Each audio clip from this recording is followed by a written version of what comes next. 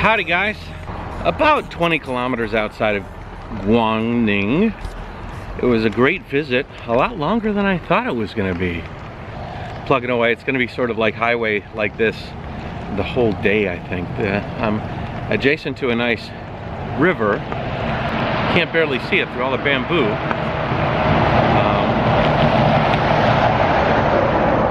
One thing that is a positive is that the rain that we were supposed to get seems to not have arrived, which is good. So that hopefully progresses throughout the day.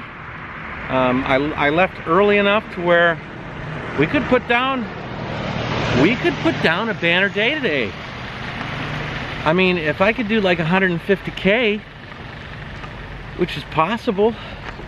Yesterday's ride with my friends, whew, that was a rough ride for me physically. It was a good one. It was like a good workout, but it was not what I expected. So my legs are strong and feeling good, and I could probably continue this for the foreseeable future. I've been thinking about a new series to start up on the channel, and I was thinking about calling it the Inspiration Series, because like a lot of people have asked me, like, what inspired you to travel or do this or that, and it's not one thing. It's a lot of like specific moments in time, specific people I've met, interactions that have enlightened me to unique perspectives.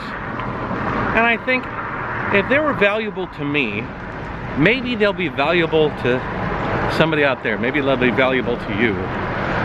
So I was thinking about like making a video like what inspires me, but it's so broad. I mean, there's so many unique interactions that I've had that have inspired me in such nuanced ways. If I simply have one vlog that's going to go over all my inspirations or things that have inspired me, first of all, it would be like 4 hours long. And it would be so muddled together that I'm sure that I would lose the meaning to each specific person or thing or, you know, topic. So what I'm going to do is, as I ride along here, if I have time and I feel inspired, that's the other thing. Like, I can't simply open the camera up and record all the time, because sometimes I'm not in the mood to talk about a topic.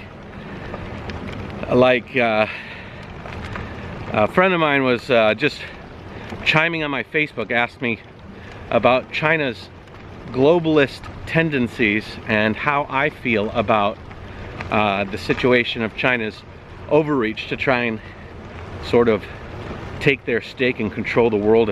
As well, America kind of regresses into this like hole of I don't want to, like, globalist is such a bad word. I have a fairly strong opinion of that, and it's a fairly well-educated opinion because I've been outside of America and I've been in China, but I simply can't just record. That one has to be, I have to do a little thinking about how to propose that, and anyways. But yeah, Inspiration Series. So look forward to that. I've definitely jotted that down. I have a bunch of topics and things that I've jotted down that I can speak on while I'm on the road. And I think like sort of like Matt monologues, you know, outside of the typical travel vlogs, you know. If they've helped me, maybe they'll help somebody else out there. I've already found that my vlogs do have a tendency to help people, and that is very, very cool.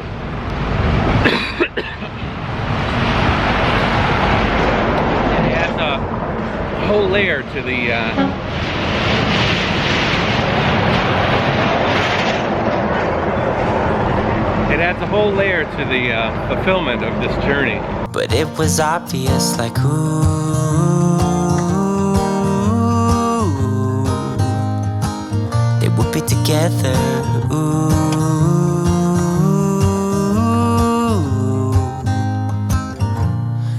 one day she said, write me a love song, 'cause I know you'll make it beautiful.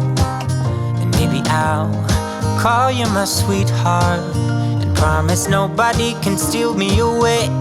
Then I am yours, 'cause I want you and I wanted you to know.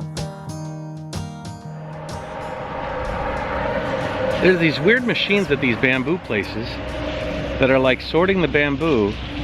What is that thing? What is that machine?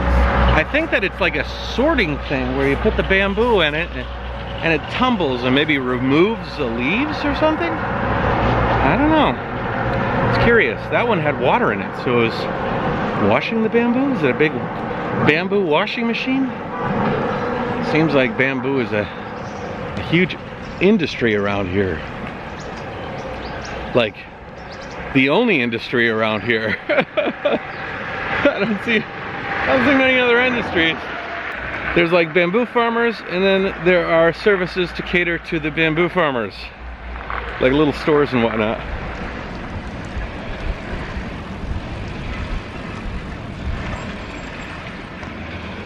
Let's take a look. Pretty simple.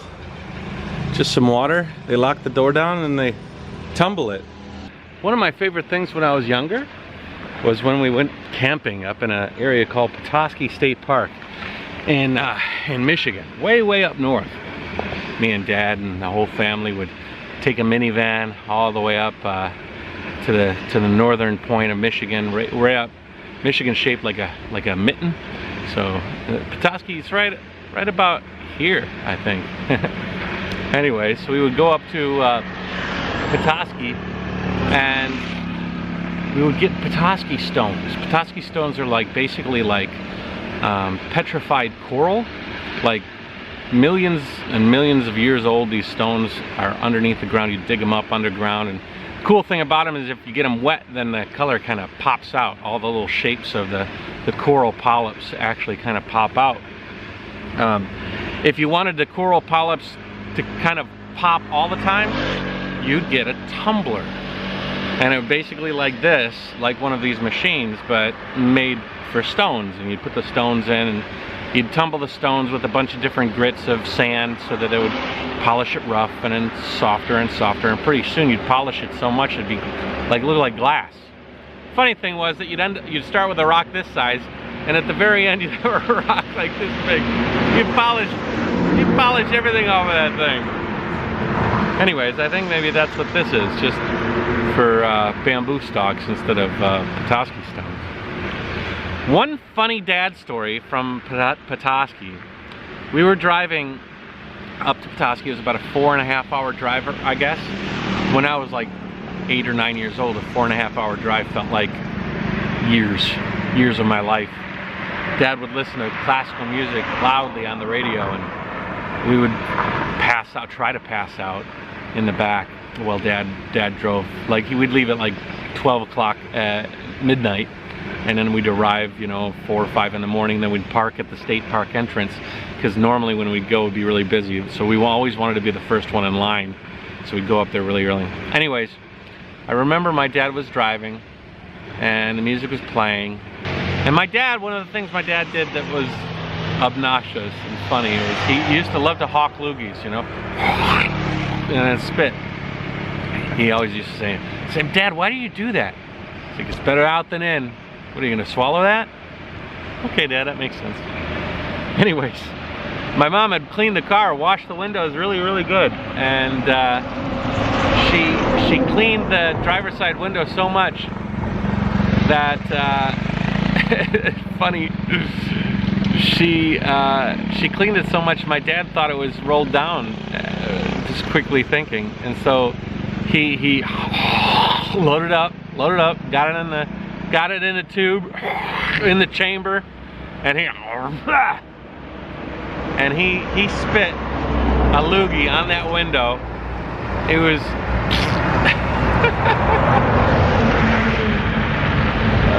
he didn't think it was so funny, but we were laughing. Hey guys, well, I didn't go far today. I ended up stopping, after about 60 some kilometers. I'm in a fairly decent sized city, so I thought I could find a place to stay here, and it was raining. Since the rain, it's kind of cleared up, but the place is kind of an interesting city, and I found a nice place, pretty cheap, 20 bucks to stay here the night. I took it upon myself to clean the trike a little bit, so kind of dirtied up the porch, but not so bad. So I'm going to take this opportunity to work hard right now on the computer, and then go to bed quick, maybe wake up super early. The weather should be cooperating with me for the next few days until I get to Guilin, so sounds good. Talk to you later. Bye-bye. Quick update. I've been trying to work on my laptop here at the couch in the front room, and I've been blasting the AC on hot, trying to get this place warm. This is Guangdong. It's not really supposed to get so cold. It's like about 10 degrees, like low 50s maybe. Just not really comfortable indoor weather. I was trying to warm it up, so I went. I mean, I'm even wearing socks. I haven't worn socks in like a long time. So I went downstairs and I showed them the controller. I said, what am I doing wrong here? Because there is no warm air coming out of this register. I said, Watsa, socks. I said, the air conditioner, not hot. And so she's like, oh, okay. So she walks around into the storage area and she goes to give me a comforter. She says, just wrap yourself in the comforter. I says, is the air conditioning broken? She's like, no. Just a Guangdong. Mayo. She says, this is Guangdong. Guangdong's warm most of the time. We never even need a heater, so we're not gonna give you any heat. I find that fascinating. I think there's a heater in that thing. I turn it on, no heat comes out. I guess I'm gonna be cocooning myself up in a comforter in this really nice place. You would think that this place would have the ability to get warm. I was thinking I was gonna be able to like cook my clothes, you know, put them next to the warm register, get this place a toasty, I don't know, 25, 26, I don't know, Fahrenheit, maybe like a nice mid to high 70s. That ain't happening. Wish me a cold night, guys. It's a song about your sweetheart, and how nobody can steal me away. Yeah, I am yours, 'cause I want you, and I wanted you to know.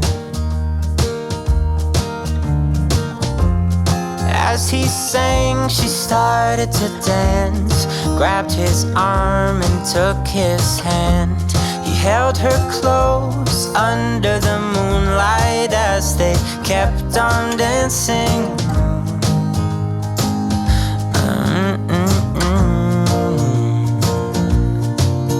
And now they're singing their love song, and they sing it kind of beautiful, calling each other sweetheart. I promise nobody can get in their way or steal the show. They're in love now, and I wanted you to know. Next time on the Jayoe vlog. There's something about old ladies without any teeth that's just adorable. I'm in a place that doesn't see a lot of foreigners. Ah, ni hao. Ni hao. Hello.